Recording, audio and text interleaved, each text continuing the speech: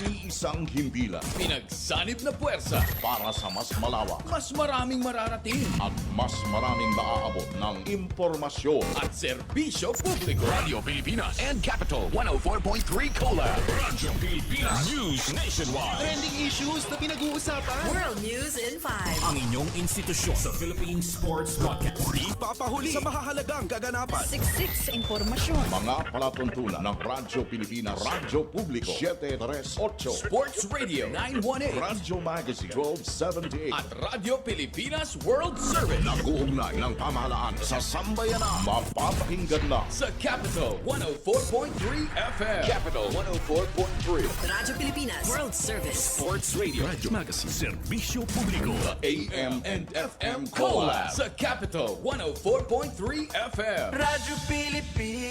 Radio Pilipinas and Capital 104.3 Collab. Paano nga ba mag-register para magkaroon ng schedule sa Bagong Pilipinas Presidential Action Center? Narito ang mga dapat gawin. Gamit ang iyong mobile device, pumunta sa eGov.ph app. Pwede itong i-download mula sa Apple App Store o sa Google Play Store. Gumawa ng account.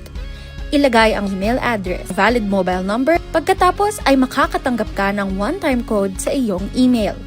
Gamitin ang code sa eGov app para sa verification ng iyong account at ng mga impormasyong ibinigay. Congratulations! Meron ka ng eGov.ph app account. Pwede mo na ma-access ang iba't ibang serbisyo ng gobyerno kabilang ang mga serbisyo sa Bagong Pilipinas Presidential Action Center.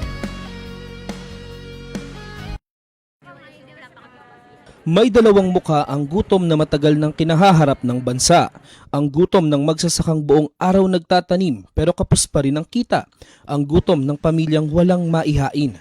Ang ugat ng problema, maraming dinadaan ng mga middlemen ang mga ani.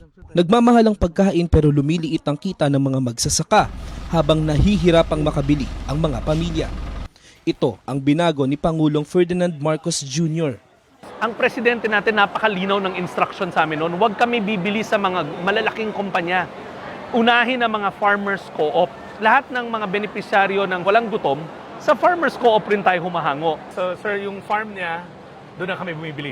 Noong nakaraang linggo, dinayo ng Pangulo ang South Cotabato. Kanyang ininspeksyon ang pagsasanib puwersa ng Department of Agriculture at Department of Social Welfare and Development para tiyaking mula bukid ay diretso na ang ani sa DSWD. Na-conceptualize ng ating Pangulo, mabawasan yung layers, lumaki ang kita for both the farmers and mas baba din ang gastos for the consumers. Pinakinggan din ng Pangulo ang mga pamilya.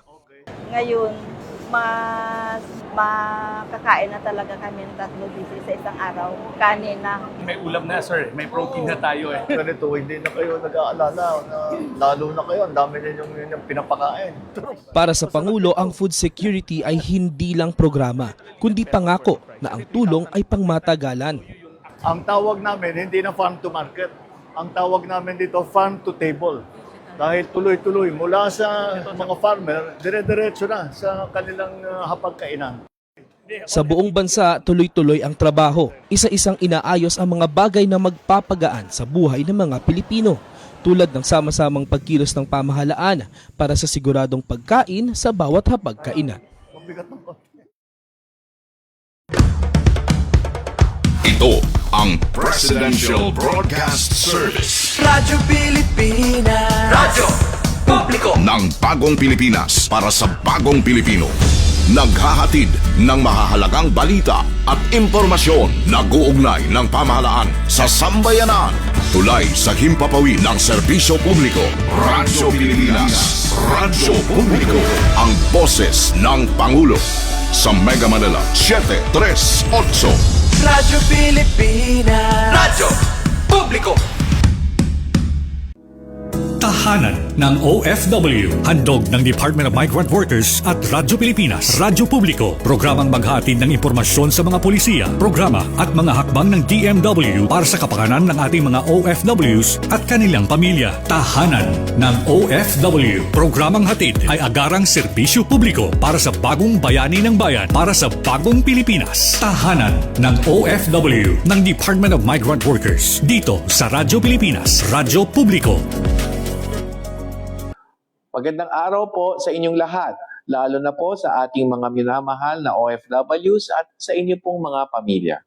Mula po sa tahanan ng OFWs, ako po ang inyong lingkod, Secretary Hans Leo Kakdak, na nag-aanyaya sa inyong tumutok sa ating programa, ang Tahanan ng OFW. Mapapakinggan na po tayo tuwing Biyernes mula alas 4 hanggang alas 5 ng hapon sa Radyo Pilipinas, Radyo Publiko, DZRB 738 AM. Gayon din sa Radyo Pilipinas World Service. Sa pamamagitan nito, patuloy ang pag-aabot sa ating mga OFWs at sa pagpapabatid ng ating mga serbisyo at programa nasaan man sila, nasaan man po kayo sa iba't ibang panig ng mundo. Mapapanood din po ang programa sa opisyal na Facebook pages ng Radyo Pilipinas at ng Department of Migrant Workers. Bukas po ang tahanan ng OFWs para sa ating lahat. Sama-sama po nating pakinggan ang mga kwento ng ating mga bagong bayani sa ilalim ng bagong Pilipinas ng ating mahal na Pangulo Ferdinand Marcos Jr. Kumusta kabayan? Tuloy po kayo sa tahanan ng OFW, hatid sa inyo ng Department of Migrant Workers. Magandang araw sa lahat ng OFW saan mang panig ng mundo. Kami po ang inyong makakasama sa isang oras ng makabuluhang talakayan mula sa DMW Strategic Communications Service. Ako po si Jel Miranda. At ako po naman si Onin Miranda. Narito na ang programang tatalakay sa mga kwento at magiging tulay para sa mga serbisyo at programalaan para sa ating mga bagong bayani. Ang ating programa ay masusubaybayan tuwing Biyernes alas 4 hanggang alas 5 ng hapon. Live dito sa Radyo Pilipinas 1 at sa official Facebook page ng Department of Migrant Workers. Sabayan din tayong napapanood sa TV Plus, Channel 3 at Affordabox, Channel 45 to 49. At dahil po sa ilang technical adjustments, ang Radyo Pilipinas, Radyo Publiko ay pansamantala munang mapakikinggan sa 104.3 FM. Simula po yan sa Lunes, July 6. Mapapanood nyo pa rin po kami live dito sa Radyo Pilipinas social media pages. At sa aming pagbabalik sa 738 kHz, asahan po ninyo ang mas malinaw at mas pinaigting o mas pinaiging paghahatid ng mga balita, impormasyon at serbisyong publiko. Maraming salamat sa inyong patuloy na pagtangkilit at pagtitiwala. Magandang araw, magandang hapon, Onin. Magandang araw, Jel, at sa lahat po ng ating mga taga-subaybay, narito na ang mga mahalagang kaganapan sa loob at labas ng bansa. Ito ang Balitang DMW. Balitang DMW. Patuloy ang hakbang ng Department of Migrant Workers upang mapagaan ang proseso ng paglilisensya at mas palakasin ang proteksyon para sa mga overseas Filipino workers. Nagsagawa ng dialogo ang DMW kasama ang mga recruitment agency sa Central Office sa Mandaluyong City. Pinangunahan ni Undersecretary Darlene Pajarito, tinalakay sa pulong ang mga mungkahing pagbabago sa dokumentaryong requirements, checklist, proseso at timeline ng pag-i-issue at pag-renew ng lisensya ng mga ahensya. Layunin nitong masiguro ang epesyente at makatarungang sistema alinsunod sa mandato ng DMW sa ilalim ng Republic Act No. 11641. Malugod namang tinanggap ng mga recruitment agencies ang dialogo bilang pagkakataon upang mapalakas ang integridad at pagiging epesyente ng licensing system. Sa iba pang balita, mas pinagtibay ng Pilipinas at Indonesia ang kanilang ugnayan para sa proteksyon ng mga migranteng manggagawa. Tinanggap ng Department of Migrant Workers o DMW ang 2 araw na study visit mula sa Ministry for the Protection of Indonesian Migrant Workers or KP2MI sa Central Office ng DMW sa Mandaluyong City. Pinangunahan niya ni D. Yayan Ernuyerdadin. Nakipagpulong ang delegasyon ng Indonesia para sa mga opisyal ng DMW para magbahagi ng best practices sa pangangalaga ng mga migranteng manggagawa, partikular sa paglaban sa illegal recruitment at human trafficking. Tilakay din ang labor migration governance, mga welfare programs at reintegration initiatives para mas mapabuti ang suporta sa mga manggagawa sa buong kanilang employment journey. Ayon sa datos nito March 2026, umabot sa 39,926 land-based OFWs ang na-deploy sa Indonesia. kabilang ang 4,691 newly hired at 35,235 rehired workers. Pinakamalaking occupational group dito ang mga guro sa universidad at higher education. Samantala, magkatuwang na isinulong ng Department of Migrant Workers at Department of Health ang 2-day 2026 Migrant Workers Health Summit sa Quezon City. Sa pagtutulungan ng DMW, kasama ang Overseas Workers Welfare Administration o OWA, OFW Hospital at DOH, maging ang iba pang ahensya ng pamahalaan at pribadong sektor, inilapit sa ating mga bagong bayani at kanilang pamilya ang libreng health services at iba pang serbisyo. Ang naturang summit ay alinsunod sa direktiba ni Pangulong Ferdinand R. Marcos Jr. na patuloy na pangalagaan ang kalusugan, kapakanan at kinabukasan ng ating mga overseas Filipino workers at kanilang pamilya. Layunin ng pagtitipon na mas mapalapit ang mga serbisyong medikal, kabilang ang risk assessment, cancer screening, vaccination at mental health support upang matiyak na ang ating mga OFW ay may sapat na proteksyon at gabay sa kanilang paglalakbay bilang mga bagong bayani ng bayan. Ang tema ngayong taon, Bayan, Bayani, Bayanihan para sa kalusugan, ay naglalayong palakasin at paghusayin ang kalusugan ng mga OFWs. Balitang DMW pa rin, dalawang umunay illegal recruiter ang naaresto sa entrapment operation na isinagawa ng Department of Migrant Workers katuwang ang Philippine National Police Criminal Investigation and Detection Group. Kasabay nito ipinatupad ang Closure Order No. 24 na nagresulta sa pagpapasara ng opisina ng Venancia Consultancy Pty Limited, Venancia International Manpower Incorporated. Kinilala ang mga naresto na sina Jomaline Baya Fisher at Glidel Suyo na naharap sa mga kasong may kaugnayan sa illegal recruitment. Ayon sa salaysay ng mga biktima, siningil umano sila na mahigit 300,000 pesos bilang processing fee kapalit ng pangakong trabaho sa Poland bilang factory worker at welder. Sa verifikasyon ng DMW, lumabas na sila Fisher at Suyon ay recruitment officers ng isang lisensyadong recruitment agency, ngunit hindi ng Venancia Consultancy Pty Limited, Venancia International Manpower Incorporated.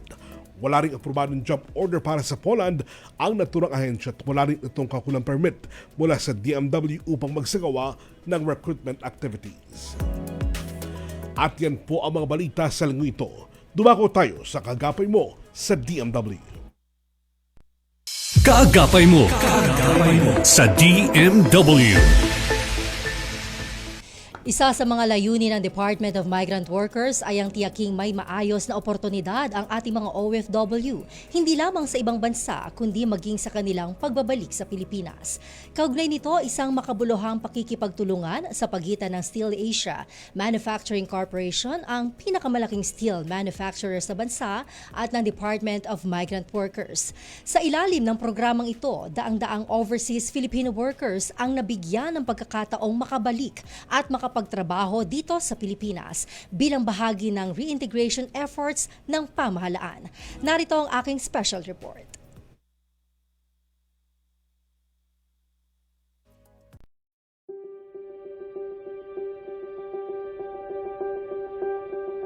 Mula sa pagiging manggagawa sa ibayong dagat, mahigit 100 OFWs na ang bahagi ng lumalawak na industriya ng bakal dito sa bansa sa pamamagitan ng Steel Asia Manufacturing Corporation, kumpanyang nagbigay ng panibagong oportunidad sa mga OFW na magpatuloy ng buhay dito sa Pilipinas.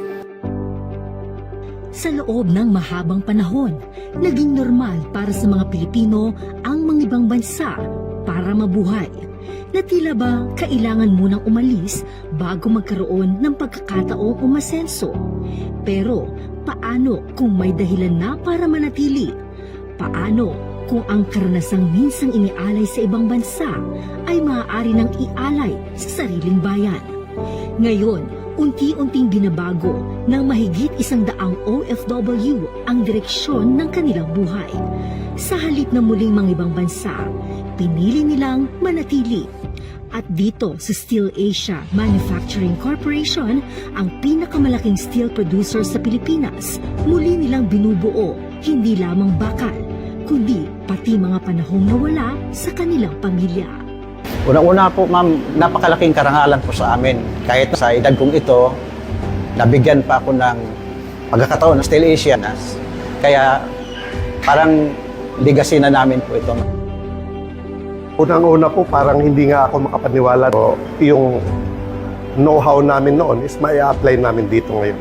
Ilan lamang sila sa mga OFW na may dekadang karanasan sa pagpapatakbo ng malalaking industrial facility sa gitnang silangan.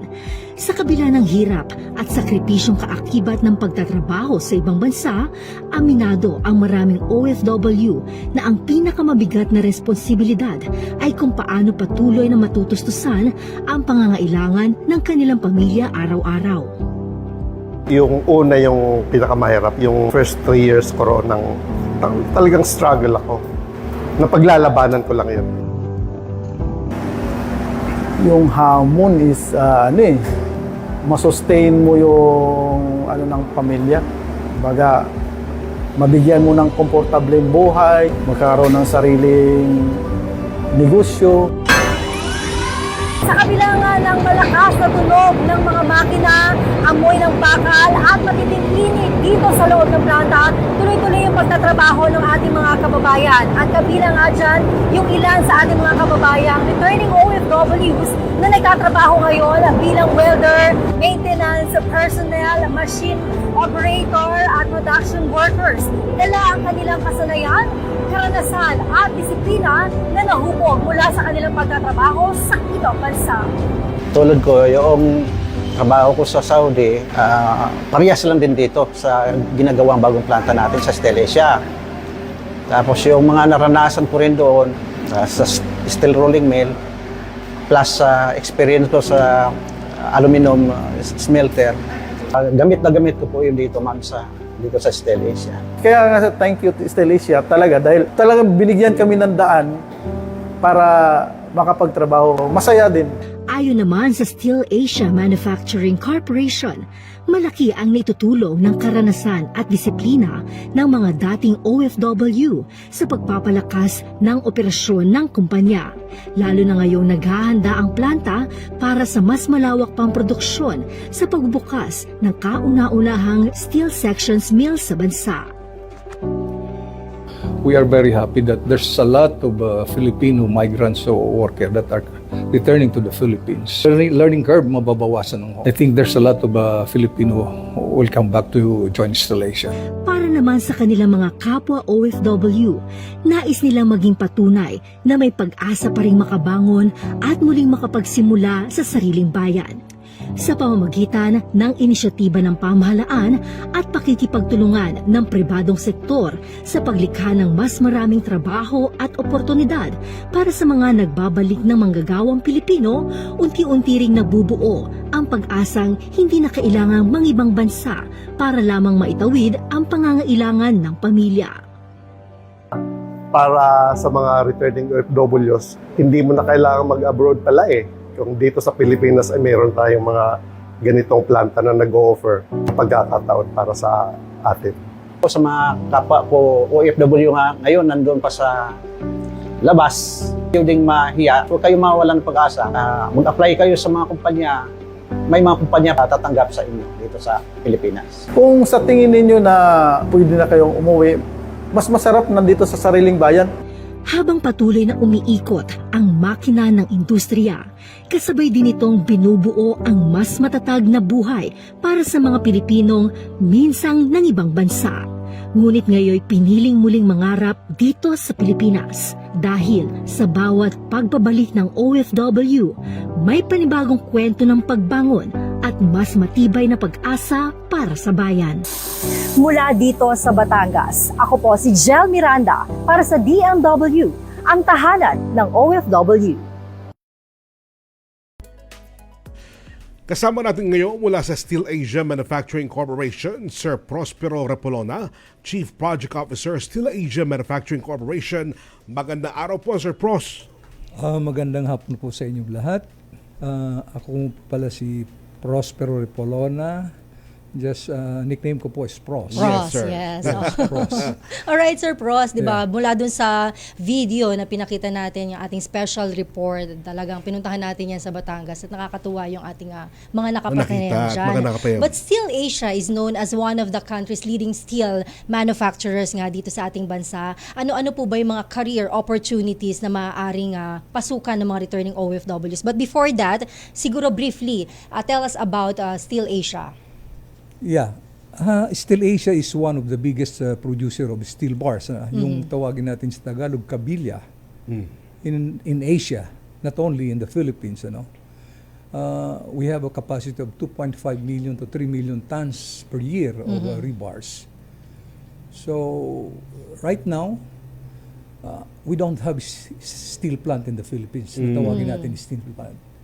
Steel Asia, we are very lucky na mayroon Steel Asia, no? Kasi Steel Asia now is starting to put up the heavy section and the light section mill, medium section mill in Lemery, then putting another plant in Candelaria, the heavy section mill, then the wire rod mill also in Concepcion Tarlac, and another 2 melting shop in Cebu and Davao. So, because of this, we need a lot of talents for steel plants. Kailangan natin na para mapadali ang pagpatakbo ng planta, we need a lot of experienced people. Lalong-lalo ng mga OFW. So ano-ano yung mga trabaho na pwede nilang pasukan sa Steel Asia? Sa ngayon, we need a lot of expert in automation, electrical engineers, electrical technician, mechanical technician, mechanical engineers, refractory engineers, mga chemical engineers also, at saka mga skilled sa trabaho ng steel workers. Yes.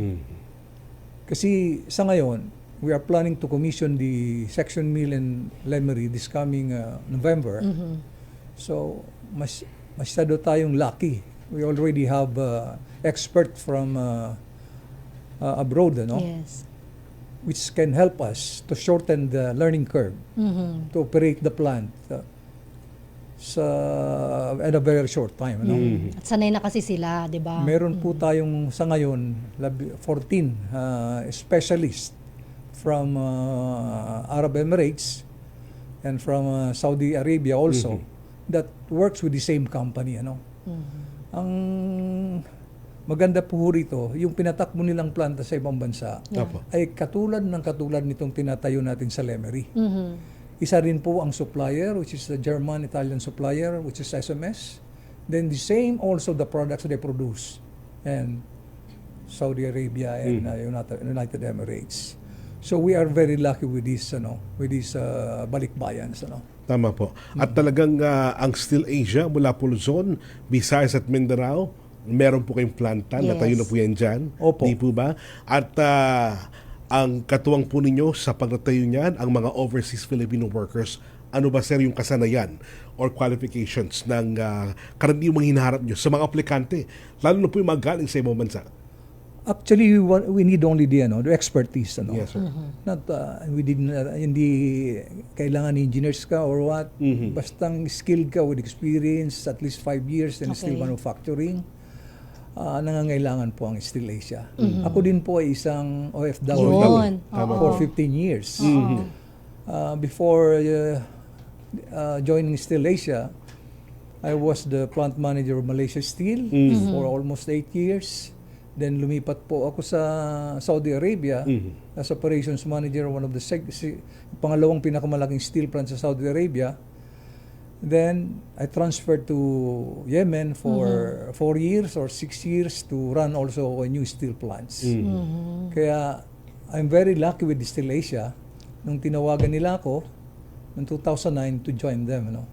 Actually, it's November 2008, but I joined the company February 2009. So I'm very happy because during the time I'm alone. Tama po. Malungkot po pag nag-iisa ka. Although po ako may family status, I can bring my family sa Malaysia, Saudi Arabia, okay, but in Yemen Yeah. Hindi, Bawal. Hindi, pwede po, Pwede, pero walang school na medyo Oo.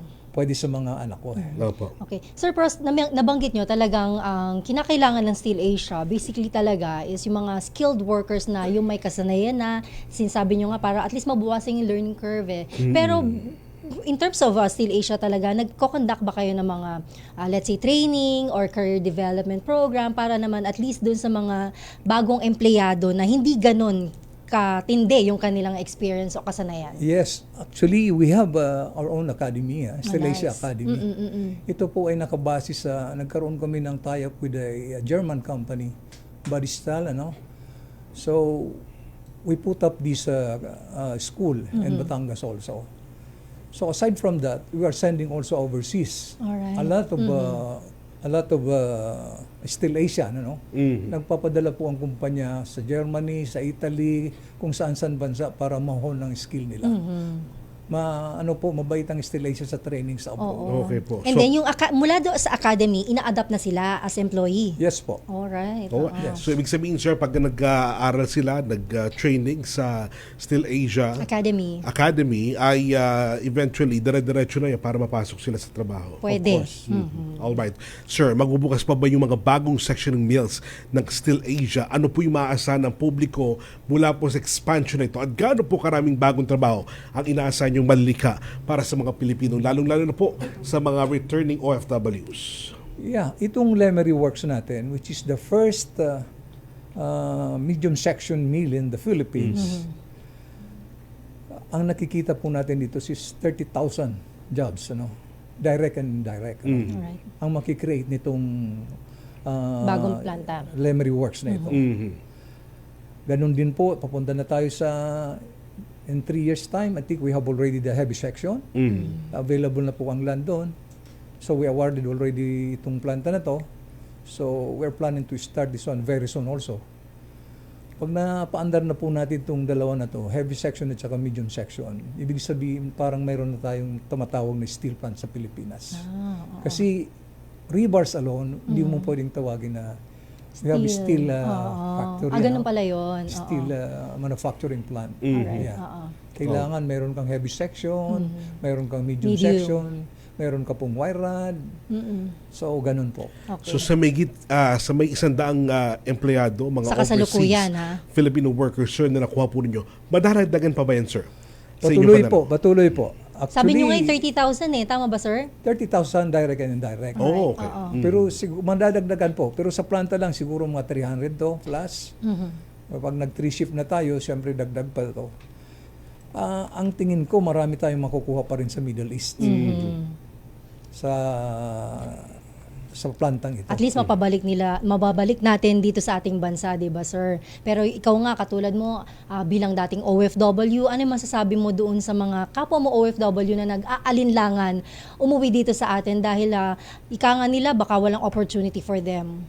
Maraming opportunity. Actually, naghahanap talaga kami ng mga skilled, Kasi kulang pa ang skill sa steel plant. Hindi kulang maano sa ibang sector kung ano. Kami sa steel plant, we are still hiring a lot of expert to help us build this incoming mga expansion namin.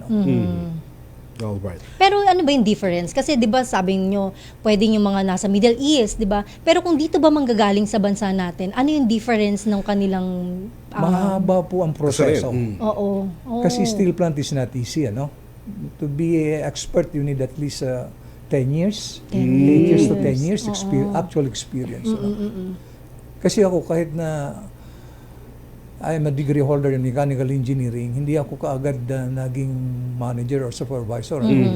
Nagmula ako sa nag-welding, nag-cutting, then hands-on ako bago ako naging ganito po. Tama po. Oo, talagang pinagsikapan niyo, sir, ang mga trabaho para talaga mapatunayan ang inyong worth sa inyong kumpanyang pinagtatrabahuhan. Yes po, ganun po. Tama po. Ganun po. Pero sir, sa inyo po ba paano ba nakatutulong yung pagbabalik ng mga skilled workers po natin, lalong-lalo na yung mga OFW, sa paglago ng industriya at ekonomiya ng ating bansa?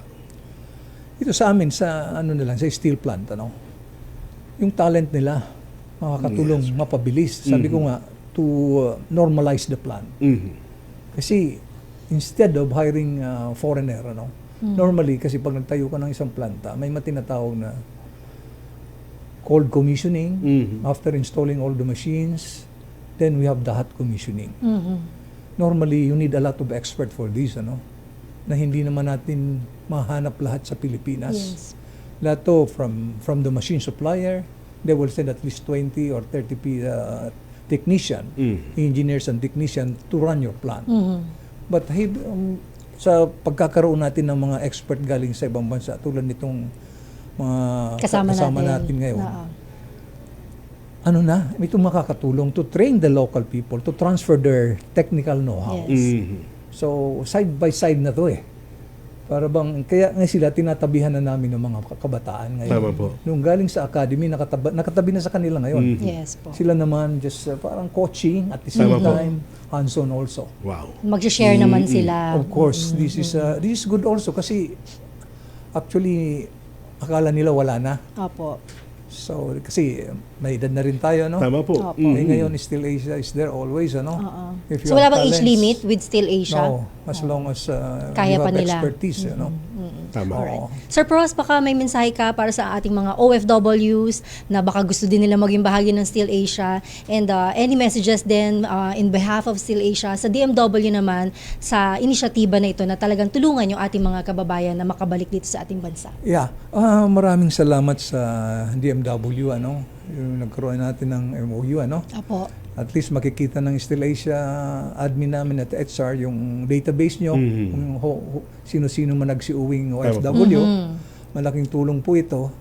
So yung mga nasa masasabi ko nasa ibang bansa pa, pare-parehas kami, ako 15 years din nagtiis, hindi madali. Hindi madali mag-isa, na malayo ang pamilya mo, napakahirap po. So dito, lalo na sa steel plant ngayon, Still Asia is starting to build the steel industry of the Philippines. So we need a lot of talents. Kailangan po natin technician, hindi naman engineers lahat yun. Ang steel plant not run by all engineers. Ito mga skilled workers. So nananawagan ako, nandito po kami, ang Still Asia, still hiring highly technical people para tulungan kami sa pagtayo nitong mga bagong project ng Still Asia. Maraming salamat po, Sir Prospero Repolona, ang Chief Project Officer ng Still Asia Manufacturing Corporation. Sir, baka meron pa kayong babatiin. Baka may gusto kong batiin, sir. Shout out. Nasa inyo ng pagkakataon. Binabati ko buong Still Asian at saka lalo-lalo na ang boss namin, si Boss Ben Yao. Yes, nakatutok sa atin ngayon. Salamat you. sa pagbibigay sa aming pagkakataong mga OFW. Kasi 2009 pa ako with Still Asia. Yes, sir. So, I'm very lucky with Still Asia. Ito, maraming salamat. Ayan. Thank you so much, Sir Maraming Pros. salamat po, Sir Pros. Sa aming pong pagbabalik, makasama naman natin ang mag-amang dating OFW na kasalukuyan nagtatrabaho sa Still Asia Manufacturing Corporation. Diyan lang kayo magbabarigad ang tahanan ng OFW. Magandang araw, si Dingdong Dantes po ito. Binahaba ang bahay mo. May simple checklist ako para sa'yo. Una, check your outlets. Tignan kung walang cable na basa o nakababad sa baha bago buksan ang main switch. Pangalawa, check your surroundings. I-check kung may mga naipong tubig sa mga paso o gulong o iba pang maaaring bahaya ng lamok para maiwasan naman ang pagkalat ng dengue. And last, but definitely not the least, i-check ang sarili at ang pamilya. Kumonsulta sa health center o sa inyong doktor kung may nararamdamang sakit. Check, check, check! Ingat always, mga kababayan. #panatag ang may alam. Maging panatag Pilipinas. Doctors on board. Doctors on board. May mga gamot para sumigla yung atay natin, maraming available dyan. Pero yung pinakamaganda is still weight reduction. Lifestyle changes, you choose a healthy diet, kontrolin natin yung mga comorbidities. Pag-uusapan ang ating kalusugan. Gabay para mas makilatis ang ating katawan. Mga sitwasyon, sintomas o maging karamdaman man, ipaliliwanag at tatalakayin ng buong kalinawan. The success of treatment depends on whether yung role ng pasyente na iintindihan niya. Doctors on Board. Doctors on Board. Kasama si Dr. Claro Kayanan, Monday, Wednesday, Friday, alas 2 hanggang alas 2:30 ng hapon, dito sa Radyo Pilipinas. Radyo Pilipinas is on Viber. Viber. One tap and swipe. Nandyan na lahat. Receive credible news and information. Pati mga trending topics at videos. Sure na meron dito niyan. Stay on track with Radyo Pilipinas on Viber.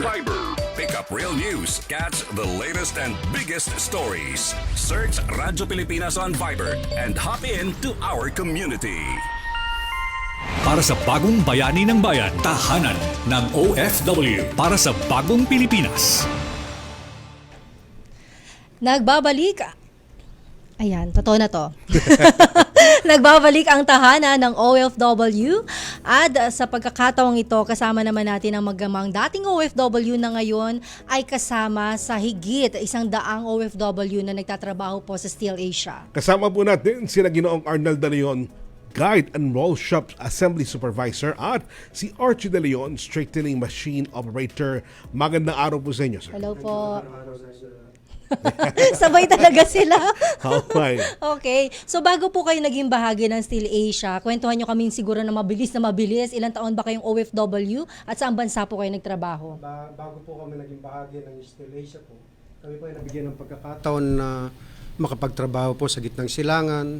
Unang-una po ay sa bansang Saudi Arabia at saka sa bansang Bahrain po. Na humigit kumulang, nasa 20 taon po. 20 years. Ikaw po. And then si Archie, kailan? Ako po ay nagtrabaho sa Bahrain Salt Steel Oo. for 7.5 years. So sumunod ka sa tatay mo? Sumunod. Oo. Idol mo talaga si tatay. Pero bakit same? I mean, pareho kayong industriya. Nagkaroon po kasi ako ng pagkakataon po na bilang ranking file po doon. Pwede po kaming kumuha po ng mga relatives, lalo tala't mga anak po, upang makasama po namin doon. At hindi naman po bawal lang mag-anak po sa... Alright. Ano po yung pinakamalaking hamon po ninyo na inyong hinarap habang nagtatrabaho kayo bilang OFW? Para sa akin po, ang alam ko pong naranasan kong malaking hamon sa amin po doon, yung may i-discriminate ka ng mismo mga national, hindi lang po ng mismo mga national ng bansang pinaglilingkuran mo, kundi pati ng mga katulad mong dayuhan din po. Na minamaliit po nila yung para bang sa eskwelahan po, pasang-awa po ba na nakapunta ka roon, na minamaliit po nila yung kakayahan mo, na para bang hindi mo sila kayang pantayan sa larangan ng opo. Hindi mo siya maraming mga Pilipino doon sa pinagtatrabaho po ninyo. Paano kumbaga nadidiscriminate? Tama po, ng ibang mga nasyon, ang ating po mga kaubayan, o kayo mismo? Sa kasi ng mga ibang mga dayuhan din po doon. Ang alam po nila, mas marunong po sila sa atin. Yun po ang ano. Pero hindi po yun naging hadlang po sa amin. Hindi po yun naging balakid sa amin para tumuloy po kami at ipakita sa kanila na yung kaya po nila ay kaya din po namin. So pinatunayan nyo. Pinatunayan po namin na at kaya at mas nahigitan pa po namin sila. Wow, yun ang talaga importante, 'di ba? Tsaka tayo mga Pilipino, tayo palaban tayo, 'di ba? Pero kung tama naman. And then so nakailang taong ka na rin tatay, and then kinuha mo na si Archie. Nang makalampas na po ako ng mahigit 10 taon po, nang inilipat po ako sa bansang Bahrain po na sister company lang naman po ng pinanggalingan ko sa Saudi. Doon po ako nagkaroon ng pagkakataon sa kanya na makuha na po siya. And then, yung pagdidesisyon naman na bumalik na dito sa bansa Onin, paano naman po kayo nag-decide na talagang, syempre 20 years, ang tagal din nun. Yung nagdesisyon po ako, sa puso't isipan ko, sapat na po yung kulang-kulang 20 taon po lahat na malayo sa piling ng pamilya ko, mga mahal ko sa buhay. Nag-decision po ako na panahon na rin po para umuwi na ako. Yung mga shortcomings ko po, pagkukulang ko sa pamilya ko, mapunuan ko naman. At ganoon din po, sa awat tulong ng Diyos, makapag-umpisa ng konting pagkakakitaan po. Nakapiling ko po sila. Alright. Ikaw, Archie, paano mo hinandal yung ganung pagkakataon, ganung sitwasyon? That time kasi sir, yung sitwasyon na yun is nawalan kami ng trabaho dahil nga sa COVID-19. Nasama kami sa mga Pilipino na nakauwi. So at that time, yung company namin, binigyan nila kami ng 3 years extension sa visa to look for new job Okay. sa abroad. But at that time, since lahat ng industrial plant during COVID is naka-close at halos lahat naman nagpa-uwi ng mga tao. Tama. Wala din bilang lalaki kasi mahirap maghanap ng trabaho ang lalaki during that time. So, hindi ako makahanap ng trabaho noon.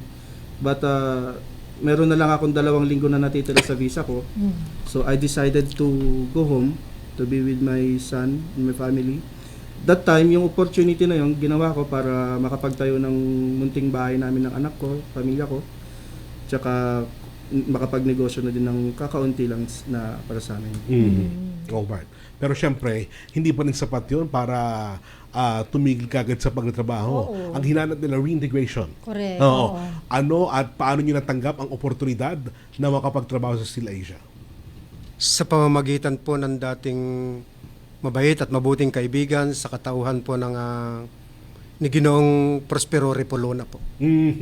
Na dati ko pong nakasama po ng matagal na panahon dito. Po. So si Sir Pros din. Opo, sa kanyang rekomendasyon po. Pero sabay na po ba kayo na employ o kayo muna? Nauna po ako. Okay. Pagkatapos po ng mga ilang buwan, doon ko po sinabihan ng anak ko na itry, subukan mo muna rito. Magpahinga ka muna dahil gusto po niyang lumabas po uli ng bansa. Sabi ko, magpahinga ka muna.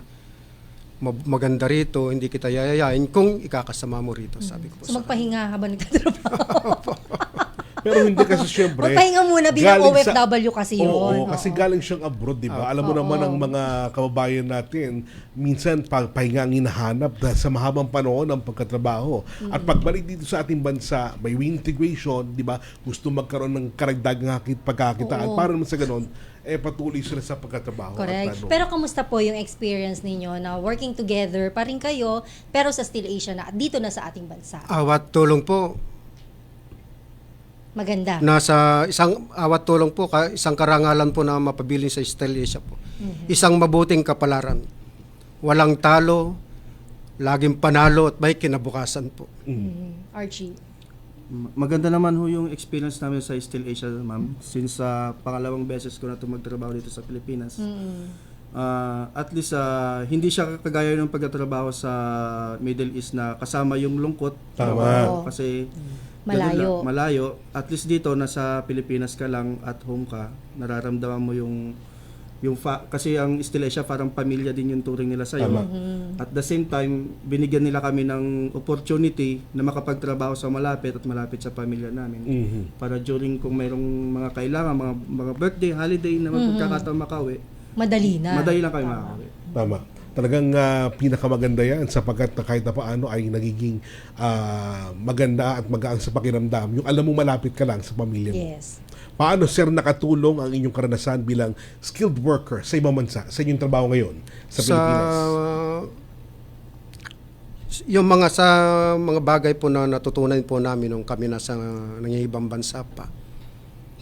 Yung mga natutunan po namin, karanasan namin ay ibabahagi po namin sa mga sa mga kasulukuyang mga kasamahan po namin, sa mga galing po ng mga training center, na ibabahagi po namin kung paano pong pagkukumpuni ng mga bagong mga makina, ng mga bagong po sa teknolohiya po natin, kung paano ang tamang proseso ng pagpapatakbo, kung paano ang tamang kalidad ng proseso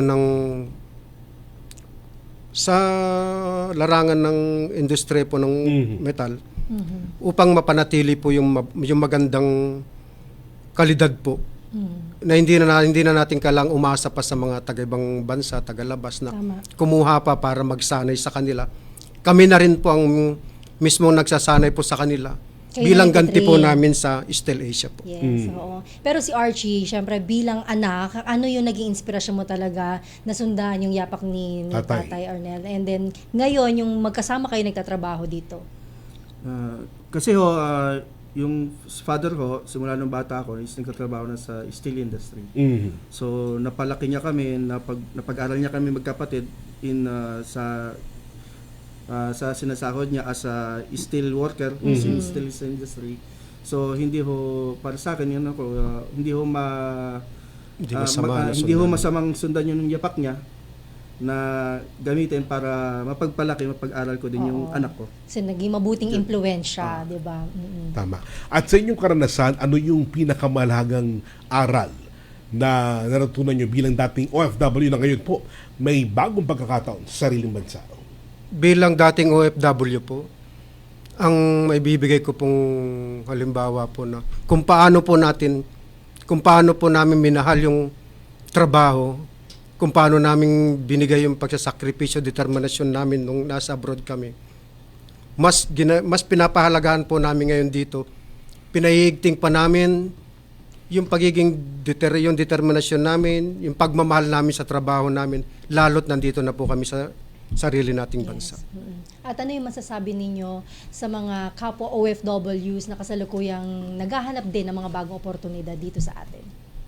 Sa mga kasamahan po namin ng mga dati mga OFW at sa mga gusto pa pong umuwi ng mga kapatid sa mga paggawa sa ibang bansa, wag po silang matakot, wag po silang mag-isip ng kung anumang mga negatibo na ganito, ano kaya magiging buhay namin kung susubukan namin ganito. Baka ilang buwan lang, babalik na naman kami. Alisin po natin yung kaisipan po na yun. Meron po tayong mga departamento ng ating pamahalaan tulad ng DMW na handang laging umalalay, tumugon at handang magbigay ng mga libreng mga seminar, mga pagsasanay upang maging matagumpay po kayo sa mga gusto po ninyong magandang mga oportunidad na nandito po sa atin ngayon. Archie, baka may gusto ko rin sabihin. Yung lang, sana kung nakakaramdam sila, lalo ngayon sa sitwasyon natin sa mga kasama ko dati sa Middle East, lalo ngayon, bumalik na naman yung gulo na gano'n na kung may pagkakataon na makaka-uwi sila, makakahanap sila ng trabaho just for safety para na din lumuwag yung kalooban ng mga pamilya nila dito sa Pilipinas na nangangamba. Hindi, ang hiling ko lang, kung wag sila matatakot na umuwi o maghanap ng opportunity dito sa Pilipinas dahil sabi nga nila hindi mapapatungan ng kikitain mo sa Pilipinas yung buo yung katawan mo na uwi ng Pilipinas. Tama. Alright. Na ubukan makikita ng pamilya mo. Importante yun. Maraming salamat po, Ginoong Arnel De Leon, Guide and Workshop Assembly Supervisor. Maraming salamat Maraming din po. salamat, sir. At Archie De Leon, Straightening Machine Operator ng Steel Asia Manufacturing Corporation. Baka may gusto kong batiin. Unang-una po, salamat po sa Diyos sa mabuting pagkakataon pong ito. Gusto ko pong binabati ko po ang aming chairman at CEO na si Boss Ben. Salamat po sa lahat po at sa bumubuo sa lahat ng staff ng Steel Asia, sa bumubuo ng programa pong ito, ang tahanan ng OFW. Maraming salamat po sa mabuting pagkakataon po. Maraming salamat, sir. Archie. Mga pamilya po ninyo, sir. Baka meron kayong babatiin. Binabati ko ang unang-una yung nagbigay sa akin ng oportunidad dito sa Steel Asia, si Mr. Ben Yao, tsaka si Sir Pros kanina, tsaka unang-una yung sa nanay ko, na hindi nagsasabang mag-alaga doon sa amin, tsaka sa naiwan kong anak na sa kanya. Ayun. At syempre binabati natin lahat ng ating mga OFWs na nagtatrabaho dyan sa Steel Asia. Maraming salamat po ulit sa inyo. Maraming salamat, Sir Archie.